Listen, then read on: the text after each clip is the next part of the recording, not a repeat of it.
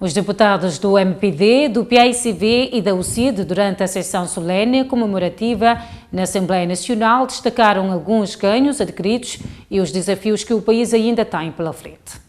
Ao proferir o seu discurso na sessão solene comemorativa para assinalar os 47 anos da independência nacional de Cabo Verde, o líder do grupo parlamentar do MPD, João Gomes, realçou o contexto adverso em que Cabo Verde celebra mais um aniversário da independência e pediu um trabalho conjunto para superar as dificuldades, uma vez que salientou o impacto desta tripla crise e está com tendência para se agravar se as crises se mantiverem ou se prolongarem por mais tempo.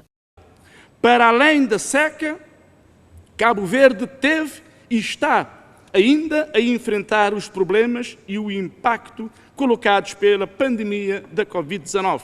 O seu impacto socioeconómico foi enorme. Condicionou todos os setores da economia.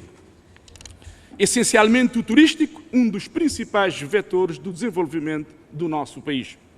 Não obstante, atingimos um nível elevado de vacinação dos mais altos da África. E para complicar ainda mais a situação, provocada pela seca e pela pandemia, surgiu, como já se disse, a guerra da Ucrânia. A guerra gerou uma alta nos preços dos produtos alimentares e energéticos, situação que ocasionou e potenciou a escalada de preços e a subida galopante da inflação em todo o mundo. O impacto sobre o nosso país desta tripla crise é significativo, com tendência para se agravar se as crises se mantiverem ou se prolongarem por muito mais tempo.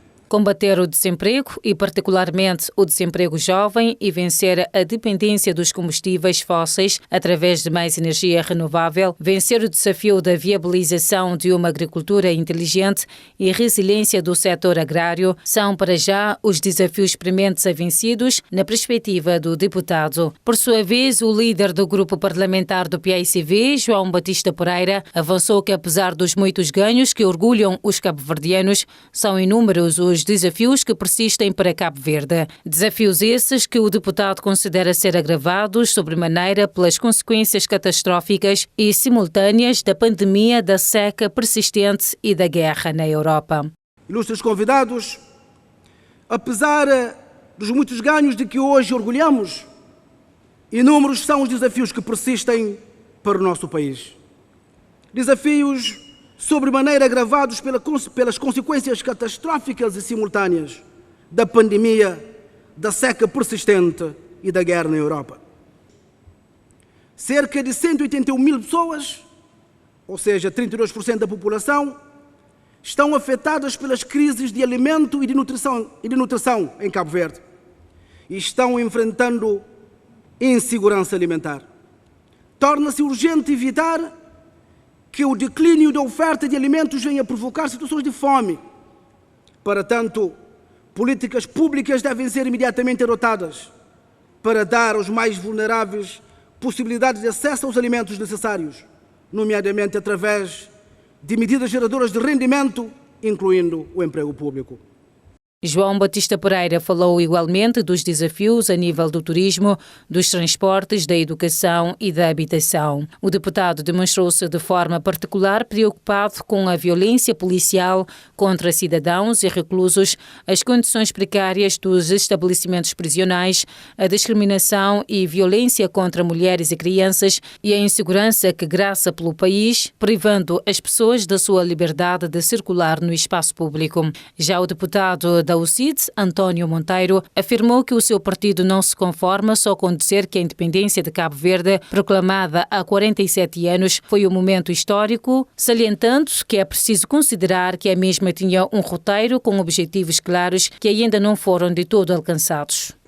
A UCID não se conforma só com o dizer que a independência foi um momento histórico.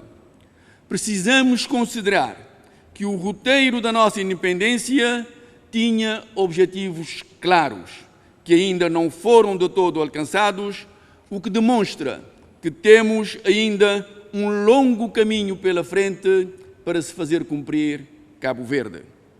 A criação de oportunidade para todos os cidadãos cabo-verdianos, sem exceção, deve ser a regra de ouro, o desiderato maior da nossa independência.